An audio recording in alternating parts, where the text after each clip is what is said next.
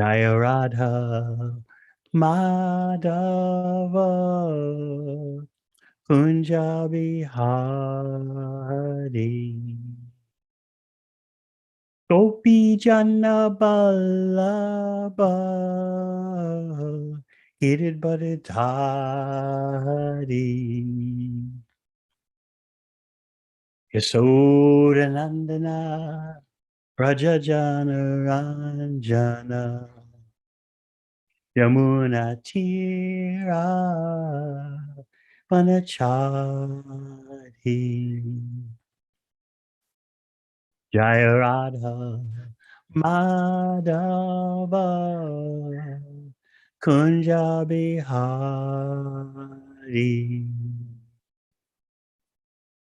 Hare Krishna Hare Krishna Krishna Krishna Hare Hare Hare Rama Hare Rama Rama Rama Hare Hare Hare Krishna Hare Krishna Krishna Krishna Hare Hare Hare Rama Hare Rama Rama Rama Hare Hare Hare Krishna Hare Krishna Krishna Krishna Hare Hare Hare Rama Hare Rama Rama Rama Hare Hare Hare Krishna Hare Krishna Krishna Krishna Hare Hare Hare Rama Hare Rama Rama Rama Hare Hare Hare Krishna Hare Krishna Krishna Krishna Hare Hare Hare Rama Hare Rama Rama Rama Hare Hare Hare Krishna Hare Krishna Krishna Krishna Hare Hare Hare Rama Hare Rama Rama Rama Hare Hare. Today we're going to continue. For some of you, it's a continuation of the prayers by Prahlad Maharaj to Lord Nrsimhadev. And in these prayers, you can feel Prahlad's pure devotion, as well as his inconceivable compassion. He's not into his spiritual life just for himself. He's always concerned with everyone else.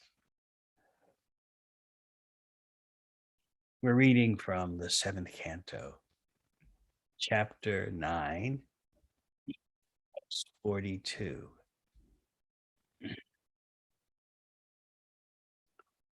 Om Namo Bhagavate Vasudevaya. Om Namo Bhagavate Vasudevaya. Om Namo Bhagavate Vasudevaya. Konvrachate Kila Guru Bhagavan Prayasa Uttaranesha Bhava Sambhava Lopa Heto Mudeshu vai mahadanugraha atabando. Kim tena te priya janan anusevatam naha. Ah, what is that? New, indeed. Atra, in this matter. Te, of your lordship. Akila Guru, O supreme spiritual master of the entire creation. Bhagavan, O supreme Lord, O personality of Godhead. Prayasa, endeavor. Uttarane, for the deliverance of these fallen souls. Asya, of this. Bhavasambhava, of creation and maintenance. Lopa, and of annihilation. Heto, of the cause. Mudeshu, unto the foolish persons rotting in this material world. By, indeed, Mahat Anugraha, compassion by the Supreme. Arta Bandho, O friend of the suffering living entities. Him, what is the difficulty? Dana, with that. Te, of your lordship. Priya Janan, the dear persons, devotees. Anusevatam, of those always engaged in serving. Na, like us, who are so engaged. Translation. O my Lord, O Supreme Personality of Godhead, original spiritual master of the entire world, what is the difficulty for you who manage the affairs of the universe in delivering the fallen souls engaged in your devotional service? You are the friend of all suffering humanity. And for great personalities, it is necessary to show mercy to the foolish. Therefore, I think that you will show your causeless mercy to persons like us who engage in your service. Now we'll read the purport by Srila Prabhupada. And all of you who, or some of you who may have the predilection to just read the translations of Bhagavatam, bear in mind what I often point out. Srila Prabhupada said that actually anyone can translate. It's not a big deal. Although you'll find in his word for words and his translations, they are amplified, turbocharged. But especially his purports, he said, are his devotional ecstasies. So in this purport, we're going to see that approaching Krishna directly is a fantasy, and that our aspiration should be how to be the servant of the servant. Dasanudas. That's the highest position in the spiritual world. So let us hear this purport. Hear the words Priya Janan Anusevatam indicate that the Supreme Lord, the Supreme Personality of Godhead, is very favorable to devotees who act according to the instructions of his own pure devotee. In other words, one must become the servant of the servant of the servant of the Lord. If one wants to become the servant of the Lord directly, this is not as fruitful as engaging in the service of the Lord's servant. This is the direction of Sri Chaitanya Mahaprabhu, who shows us the way to become Gopi Bhartu Padakamalayar Dasanudas. One should not be proud of becoming directly the servant of the Supreme Personality of Godhead. Rather, one must seek a pure devotee, a servant of the Lord, and engage oneself in the service of such a servant.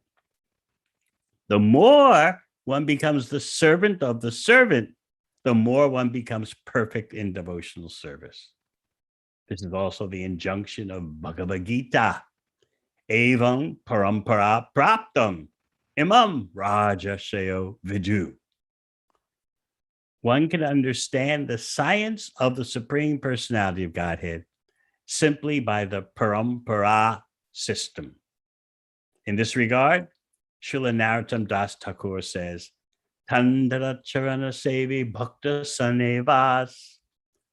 Let me serve the lotus feet of the devotees of the Lord, and let me live with devotees. Janame hoy e abhilash.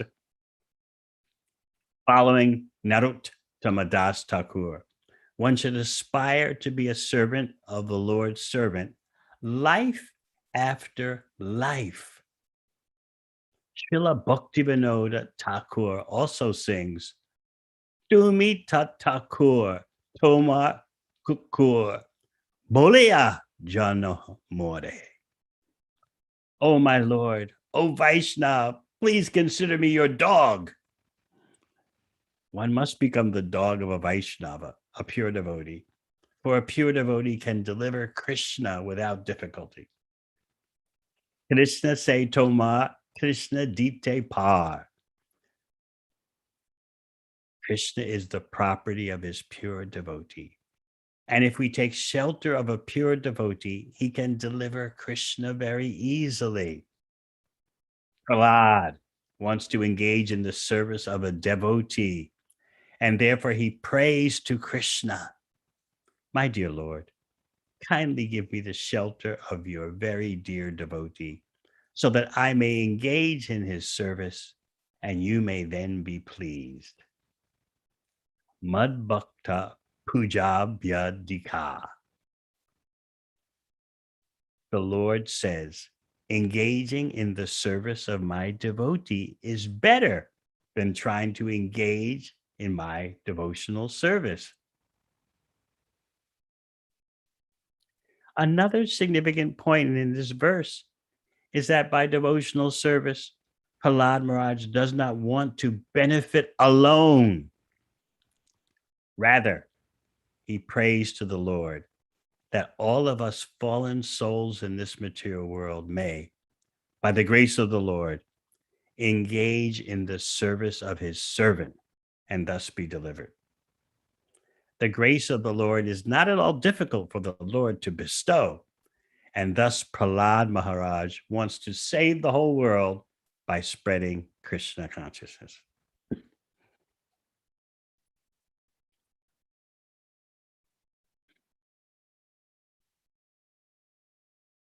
Translation again. Oh, my Lord, O Supreme Personality of Godhead, original spiritual master of the entire world, what is the difficulty for you who manage the affairs of the universe? In delivering the fallen souls, engage in your devotional service. You are the friend of all suffering humanity. And for great personalities, it is necessary to show mercy to the foolish. Therefore, I think that you will show your causeless mercy to persons like us who engage in your service. Om Jnana Timirandasya Jnananjana Shalakaya. Chakshurunmilitam Yena Tasmai Shri Gurave Namaha. Hi, Sri Krishna Chaitanya, Prabhu Nityananda, Sri Advaita, Gadadhar, Srivasadi Gaur Bhakta Vrinda, Hare Krishna, Hare Krishna, Krishna Krishna, Hare Hare, Hare Rama, Hare Rama, Rama Rama, Hare Hare.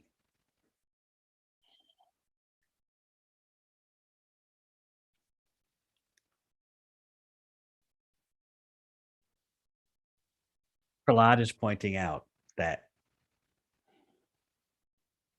Krishna is the original spiritual master. And he set up a system.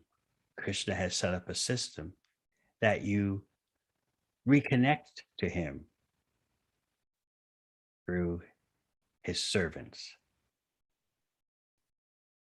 And he gives the most effective applied spiritual technology for reconnecting to him.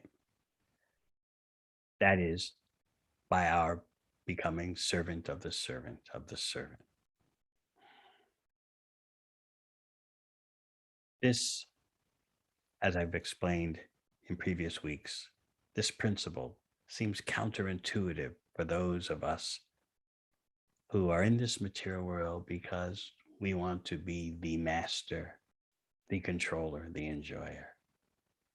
And here we find that the most effective spiritual methodology is to be the servant of the servant. As Prabhupada writes in the purport, the more one becomes the servant of the servant, the more one becomes perfect in devotional service. Now, you've also heard in the purport something that may sound quite radical to contemporary Western ears. What to speak of ears in India. Srila Bhaktivinoda Thakur sings, Tumite Thakur, Toma Kukur, Bulia Janoha More. Oh, my Lord, oh Vaishnav, please consider me your dog. Wait a minute. What about our self esteem? Why do we want to consider ourselves the dog of a Vaishnava? Isn't this injurious to our psychology? But then when you look at material existence and analyze, you see that 24/7, everyone is becoming the dog of someone. 24/7. At the workplace, you don't want to consider yourself that you're a dog to your boss. But at the university, you don't want to consider that you're the dog of your professor or lecturer. But and remember the famous saying by Muchakunda in Krishna Lila when he's giving his autobiography to Krishna, when he's explaining about his past. He said, as emperor during the day, I sat on my throne and all kinds of subordinate kings would come and bow down, placing their helmets at my feet. That's my position during the day. Mighty ruler, mighty emperor. But then he points out, what happens at night? At night, I have to go to the chamber of my queens and fall at their feet, begging for sense gratification. So we think twice, we think thrice about being the dog of a Vaishnava. But material life is just forcing us to be someone's dog 24/7. But because we think it's for me, I'm getting what I want, or I hope to get what I want. Therefore, it's all right to be a dog for this person or that person. And it's actually not that I'm being a dog, it's just my own arrangement, my own contractual arrangement. So you have to compare. What is the benefit of being subordinate to a material person? And what's the benefit for being subordinate to a spiritual person? So, what the International Society for Krishna Consciousness is attempting to do is create vast quantity of spiritual persons who can give shelter. Giving shelter is not just one person's job. Mm.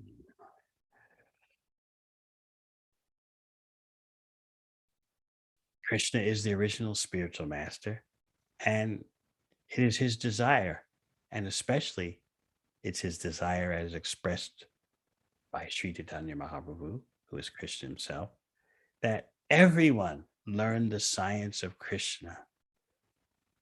And on Lord Chaitanya's order, teach the science of Krishna throughout the world.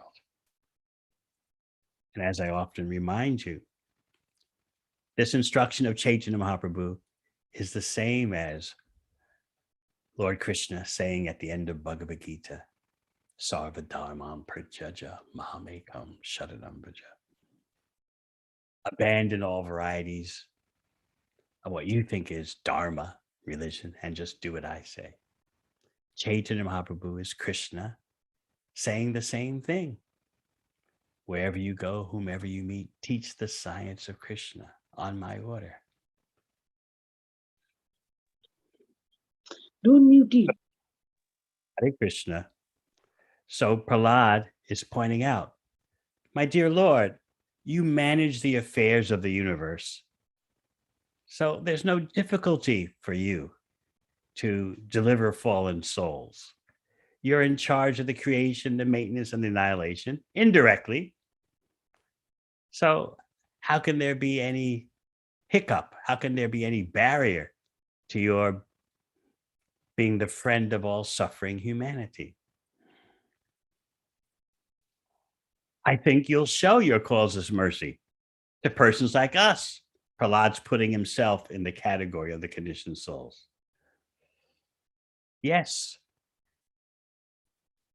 When you see through the eyes of the Shastra, especially Srimad Bhagavatam, you understand that Krishna is always distributing his mercy.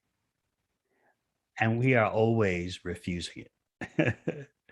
We have to adjust our vision from being a materialist, an angry, resentful materialist, to a bhakta, one who can actually see what's going on. To the angry, resentful materialist,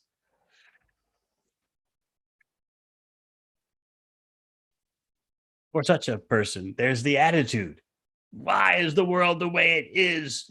If there is a supreme controller, why does that supreme controller allow such suffering, such frustration, such torture, such horror? But when you see the world through the eyes of a bhakta, you see how the Supreme Personality of Godhead is always trying to arrange for our deliverance. Meanwhile, we are always trying to avoid being delivered. We're expert at avoiding the light of spiritual knowledge, just like the bird, the owl. I don't think owls are native to New Zealand, but owls can't stand sunlight. They love the darkness at night. So we're like that. The light is there, but like owls, we slam our eyes shut. No, no, no. And then when the inevitable disaster of material existence shows its usual face, we get angry and resentful. Why is this happening to me? What kind of God allows this to happen? I've told you before, I haven't mentioned it recently, but I remember as a youth seeing a photo of farmers in Chile in South America where there was an earthquake, a major earthquake. And I saw this photo of an angry farmer raising his fist to the sky. God, how could you do this to us? Mm. Now, we might not think to ever do something so apparently extreme, but we all have our reversals that we go through. We all meet up with various impediments during our journey through this world.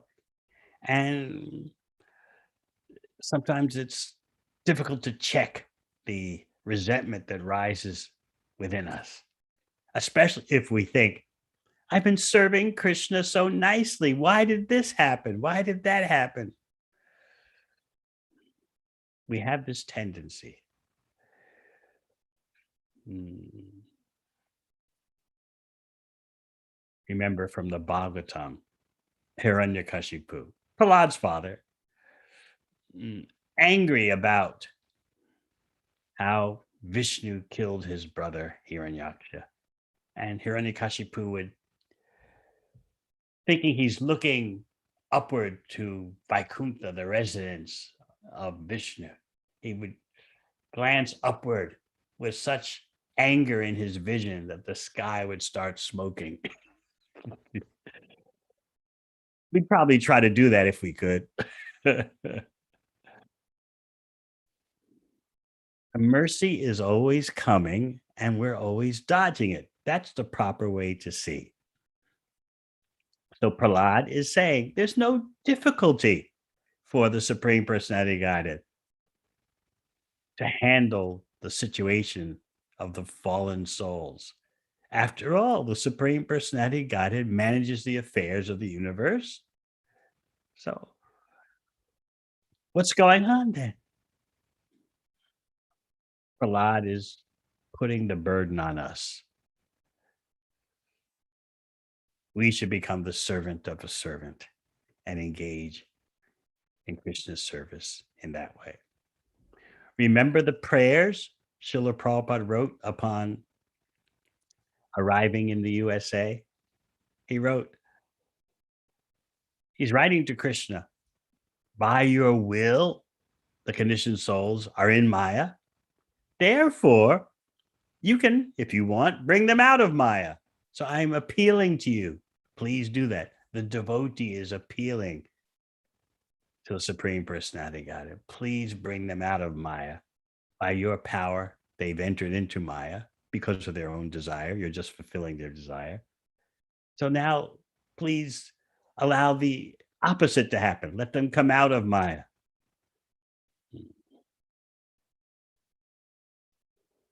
The most valuable wealth in life we can have is devotional service in parampara. Devotional service involving being the servant of the servant of the servant. So Prahlad is saying there's no difficulty.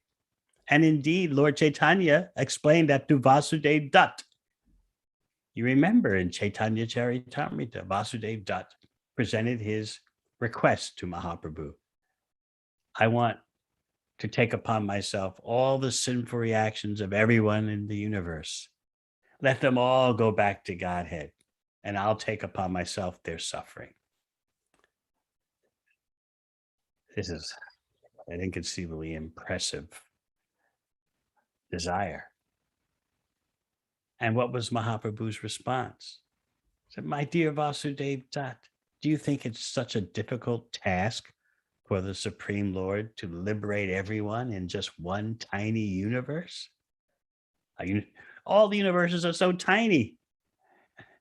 Mahaprabhu explained that if you have a bucket of mustard seeds, all of you who are cooks know how small a mustard seed is.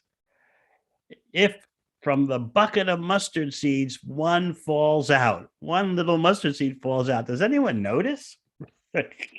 So similarly, all the living entities in one universe can go back to Godhead, and it's nothing for Krishna to arrange. It's so slight. So you don't have to take upon yourself the sinful reactions of all the fallen jivas in this universe. Krishna can arrange that so easily. And Prahlad is saying the same thing. There's no difficulty for you to arrange the deliverance of fallen souls. But we make the difficulty. We refuse to acknowledge the light. We're creatures who love the darkness and think it's progress, advancement of civilization.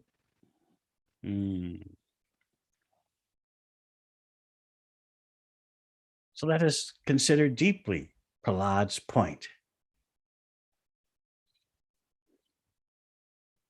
I read to you a few days ago, maybe you weren't here, about Srila Prabhupada's pure devotion in his first year in the USA, in New York, in which nothing was happening. Nothing good was happening, just obstacle after obstacle. So he wrote in his diary after being in the USA, being in New York for 6 months.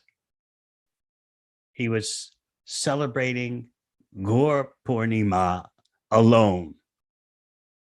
There are no devotees. So he writes in his diary about how, according to the Vaishnav calendar, today is the day before Gaur Purnima. Devotees at Vrindavan and Navadvip are enjoying the celebration. I am here alone without any devotee companion, but I have come here to serve the Lord and not for personal happiness. I am prepared to live in hell, even if I am able to serve the Lord. Sri Chaitanya Mahaprabhu wanted that his mission should be propagated all over the world. And that is my objective. I do not mind the inconvenience personally felt. Then later, after such trials and tribulations, he was situated at the famous 26 Second Avenue, which at the time was such a derelict, run down, down and out place in New York City. Of course, the way real estate works now, it's a very expensive part of New York City. But back then in the 60s, it was the bottom, the pits. Only alcoholics would live there, sprawled on the street day and night. But Srila Prabhupada's contacts led him there. And so now at least he has his own place, a little storefront from where he can preach. So he talks about this in a lecture that he's giving on Second Avenue in that small storefront. He says, "Here I am now sitting in New York, the world's greatest city, such a magnificent city, but my heart is always hankering after that Vrindavan. I shall be very happy to return to my Vrindavan, that sacred place. But then," and he's creating a dialogue between himself and someone else. "But then, why are you here?" "Because it is my duty. I have brought some message for you people. Because I've been ordered by my superior, my spiritual master." And he quotes what his spiritual master, Srila Bhakti Siddhanta Saraswati Thakur, told him. "Whatever you have learned, you should go to the Western countries and you must distribute this knowledge. So, in spite of all my difficulties, all my inconveniences, I am here because I am obligated by duty."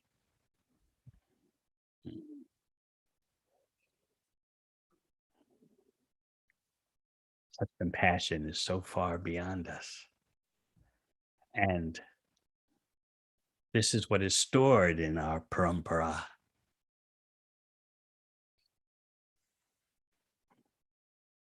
We want the mercy of such devotees like Prahlad Maharaj, Srila Prabhupada. Then we can attract the attention of Nityananda Prabhu, who can be very contradictory. In dealing with Lord Nityananda, it can seem like when he's chastising you, it can seem very bad, but actually he's giving you the greatest mercy. And we'll look at Chaitanya Charitamrita for an example of that. We'll go to chapter 12 of the Ansha Leela. And Kaviraj Goswami, as always, sets the scene by reminding you that when you hear and chant and meditate upon the life and characteristics of Lord Chaitanya, there'll be great happiness.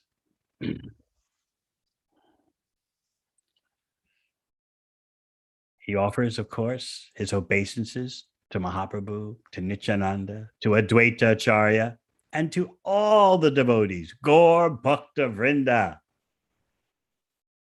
because the Gaur Bhakta Vrinda have hearts filled with mercy. In other words, if we're genuine followers of Mahaprabhu and Nityananda, we have to be merciful. Just as Prahlad Maharaj in his prayer is saying to Lord Nrsingadev, I think you will show your causeless mercy to persons like us who engage in your service. And the devotee takes that mercy, nourishes herself with it, and then gives it to others. And in that way, you attract the attention of Sri Nityananda Prabhu, who helps you to attract the attention of Mahaprabhu.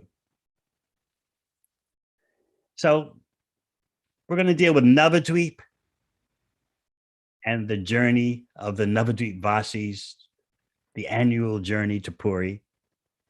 And Kaviraj Goswami is going to give you insight into what's going on in Puri, a brief, concise insight in terms of the days and nights of Sri Chaitanya Mahaprabhu. He only mentions it in a few verses at this point,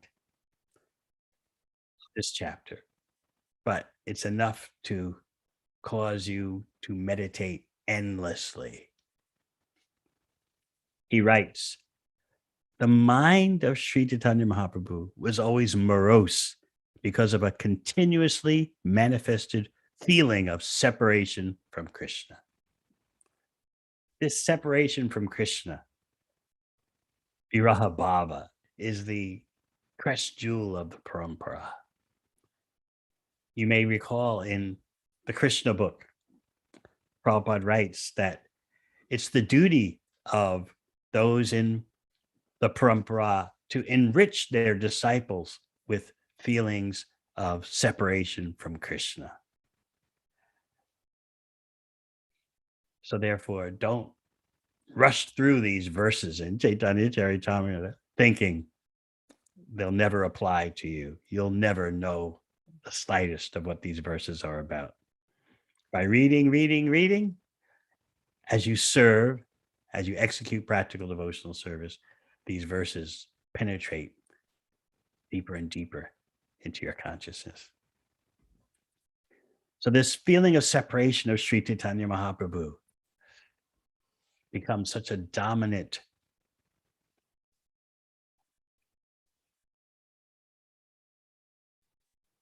possession, a dominant property of yours. And Kaviraj Goswami describes how Lord Chaitanya would cry. Aha Krishna Prananath Rajendra Nandan Kahan Yan Kahan Pan Murali Vadan. Oh, my Lord Krishna, oh, my life and soul, oh, son of Maharaj Nanda, where shall I go? Where shall I attain you? Oh, Supreme Personality, who plays with your flute to your mouth. So day and night, this was the consciousness of Sri Chaitanya Mahaprabhu. And especially at night was difficulty for him. Difficulty in terms of feelings of separation.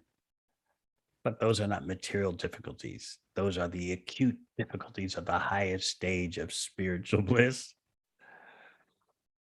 Obviously, we're not going to understand that without purified consciousness. So at night, Mahaprabhu would be in the company of Srup Damodar and Ramananda Roy, those intimate devotees.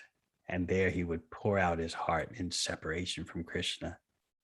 Because as you know, he's Krishna in the role of Krishna's devotee, particularly in the role of Srimati Radharani. And the heart of Mahaprabhu is the emotion of Srimati Radharani. So that's what's going on in Puri. During the day, Mahaprabhu would go to the temple, Lord Jagannath's temple, and do Harinam Sankirtan. And at night, he would pour out his heart confidentially in separation from Krishna. But what's going on in Navadvip? It's time for the devotees there to make their annual pilgrimage to Jagannath Puri to associate with Sri Chaitanya Mahaprabhu. So first, they assembled. Their organizer is Shivananda Sain. So all the devotees, including Advaita Acharya, would gather together. And this time, Nityananda also joined the group, although Mahaprabhu had ordered him, don't come to Puri. I need you to preach in Bengal and what is now Bangladesh. You can do a job that even I can't do. But Nityananda Prabhu is contradictory. So he's showing up anyway for the trip to Puri. So first, the devotees took the blessings of Shachi Mata, Lord Chaitanya's mother. And then their total number was 200 or 300. And they're walking to Puri. And the whole trip is organized by Shivananda Sain. He organized where the devotees would spend at night, and he would pay the tolls because the roads had tolls, even if you walked. Just like if you drive a car on a toll road, you got to pay. So similarly, the landowners who maintained the roads wanted to profit, and so they charged tolls, and Shivananda Sain managed the payments. And Shivananda Sain knew all the paths leading to Puri. This is an annual trip. So one day, as they're proceeding on their journey, there was some negotiation with a toll collector, which of course was Shivananda Sain's department dealing with such. And so the devotees went to rest underneath a tree and waited for Shivananda Sain to finish the transaction with the toll collector. They were waiting because it's getting near night, and they knew Shivananda Sain arranges for them to spend the night somewhere. So they're waiting. But meanwhile, Nityananda Prabhu is getting upset. He's very hungry. So you might say, wait a minute. Hunger and becoming upset and intolerant are symptoms of a material body. But for Nityananda Prabhu, who is Balaram himself, these are just his all spiritual, transcendental behaviors. You can't lock up Nityananda in some category. He's beyond category. He specializes in showing that. That's why he's called Nityananda Avaduta. And Avaduta conforms to no social standards of behavior, no social expectations. That's Nityananda. So he's become apparently upset. He's hungry, and He's wondering, where's my residence for the night? Where's my residence for the night? Again, you might be thinking, what kind of Paramahansa is this? He's supposed to be beyond all material circumstances. But this is just part of Nityananda's ecstasy. So in that ecstasy, he begins to call Shivananda bad names.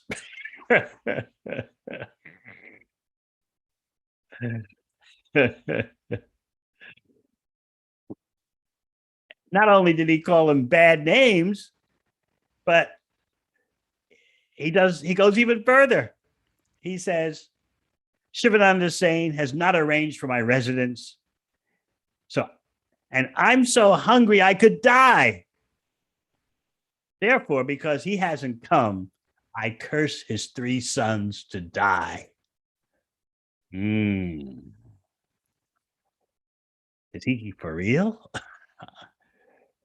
I'm so hungry I could die. What kind of Paramahansa is this? Because he's not arranged my residence and my meal tonight, I curse his 3 sons to die. This is very serious. What do you think Shivananda Sain's wife thought? Nityananda has just cursed her 3 boys to die. He's not joking, apparently. Of course. She's devastated. She begins to cry. And now Shivananda Sain's return from finishing the toll transaction. And so, of course, his wife is going to be onto him immediately, as you can well understand.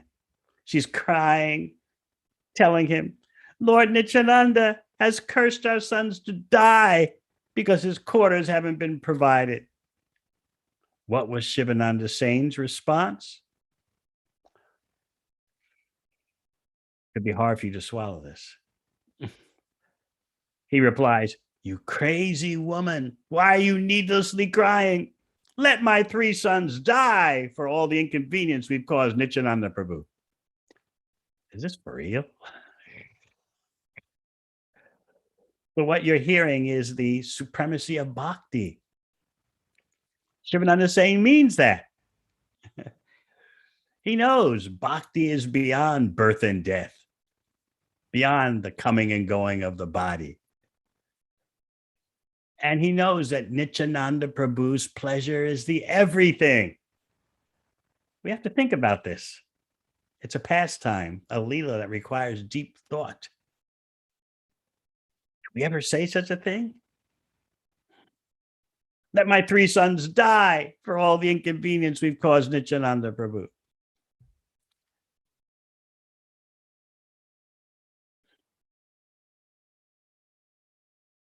After telling his wife this, Shivananda Sain approaches Nityananda Prabhu. And what happens then? Nityananda Prabhu stands up and kicks him. Now, those of you from India know that touching someone with your foot is considered an insult. It's considered very offensive. So Nityananda Prabhu kicks Shivananda Sain. And what is the reaction of Shivananda Sain? Oh, how glorious. First, Shivananda Sain quickly arranges for a residence for Nityananda Prabhu at some milkman's house. While he's doing that, making those arrangements, he's feeling very pleased. I've been kicked by Nityananda. My Nityananda's foot has touched me. But as he's rejoicing that way, he's making his managemental arrangements. And so then when those arrangements are completely made, Shivananda Sain approaches Nityananda again, touches Nityananda's lotus feet, and escorts him to the residence of Nityananda for that night. And he's still feeling increasingly pleased. So Shivananda Sain tells Nityananda, today you've accepted me as your servant and have properly punished me for my offense.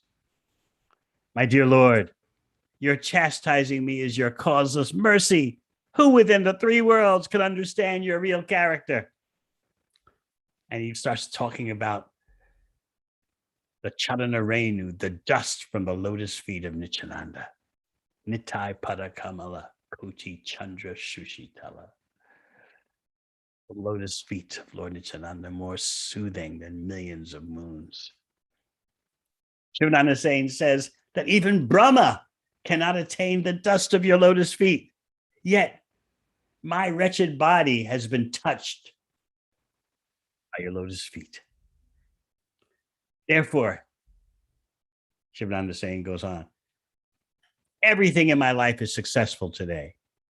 My dharma, my religion, my artha, my economic development, my kama, the satisfaction of my senses, and moksha, devotional service to Krishna.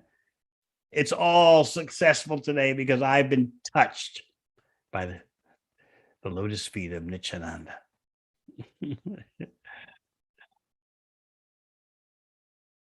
What was Nityananda Prabhu's reaction hearing this? He's very happy and he embraces Shivananda Sain in great love. This is his contradictory nature. When he's angry and kicks someone, he's actually bestowing the greatest benefit. This is why bhakti is mysterious for outsiders. They look and see that a devotee is apparently going through illness or even death, and they think, what's the use of your bhakti? They don't see the inner treasures. They don't see the spiritual reality.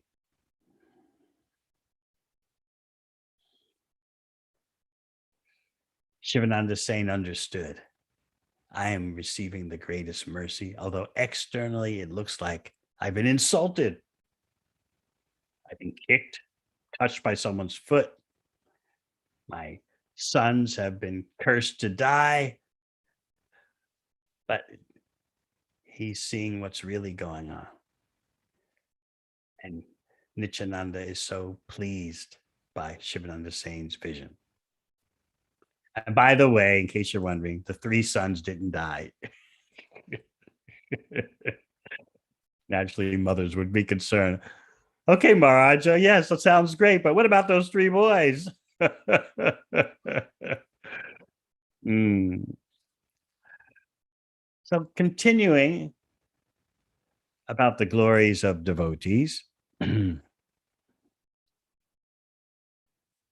been asked to speak something about one direct disciple of Chaitanya Mahaprabhu, Lokanath Goswami. He first met Mahaprabhu in Navadvip after he renounced his householder life. When you talk about Lokanath Goswami, you also have to talk about Bhugarba. Bhugarba Goswami and Lokanath Goswami were like two persons in one body. Or, no, one person in two bodies. They're always together. So Lokanath Goswami went to Navadvip to meet Mahaprabhu, who told him, go live in Vrindavan, because very soon I'll be taking sannyas. And when Lokanath Goswami heard that, he began to cry, visualizing the Lord with a shaved head, no more of that beautiful curly hair. And Lokanath Goswami knew the distress the devotees would feel when Lord Chaitanya would leave home. So Lokanath Goswami went to Vrindavan, accompanied by Bhugarba Goswami. They walked to Vrindavan, of course, no trains, no planes. And while in Vrindavan, Lokanath Goswami always felt separation from Mahaprabhu. And news came to Vrindavan that Mahaprabhu indeed had taken sannyas and was on pilgrimage. First, he went to Puri and then to South India. So, what did Lokanath Goswami do? He took off walking to South India to join Mahaprabhu. He walks all the way from Vrindavan in the north to South India. Then, when he gets to South India, he hears that Mahaprabhu is no longer there, but's gone to Vrindavan. So, Lokanath Goswami walks all the way back to Vrindavan, hoping to see Mahaprabhu there. But when he arrives in Vrindavan, he's told Mahaprabhu is now in Prayag. Lokanath Goswami is very disappointed transcendentally, but he decides, let me take off for Prayag. But before he could do that, Mahaprabhu appears to him in a dream and tells him, stop going from here to there and there to here. Remain in Vrindavan and do your bhajan.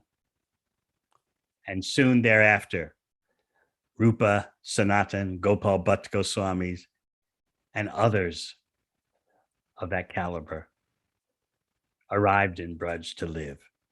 And by their association, they nourished Lokanath Goswami. We can remember about Lokanath Goswami that he was so conscientious about name and fame.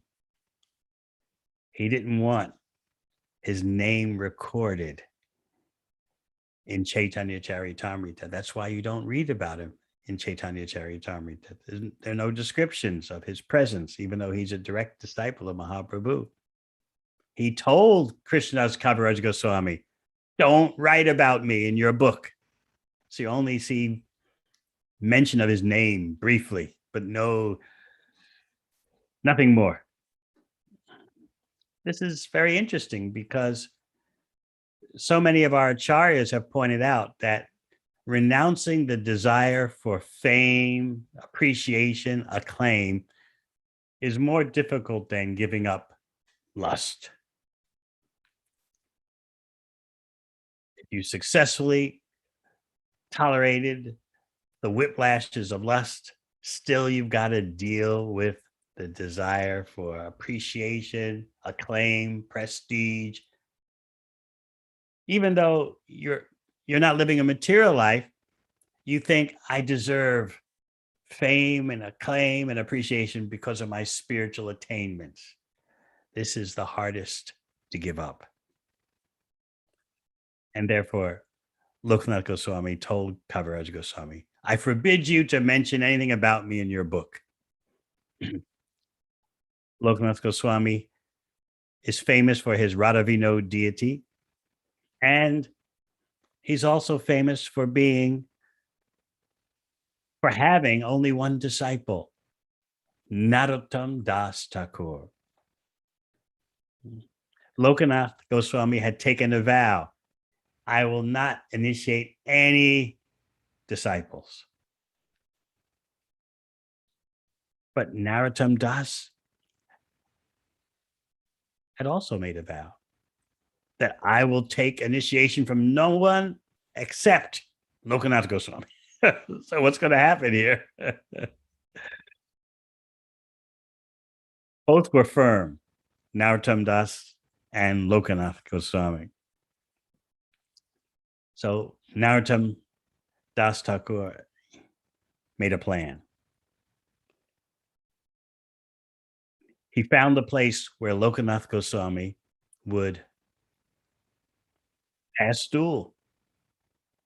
And every night, Narottam Das would sneak into that place and clean it up, make it immaculate. So, of course, Lokanath Goswami in the morning when he went to relieve himself was surprised to see who's cleaning this place so nicely. Who's doing this?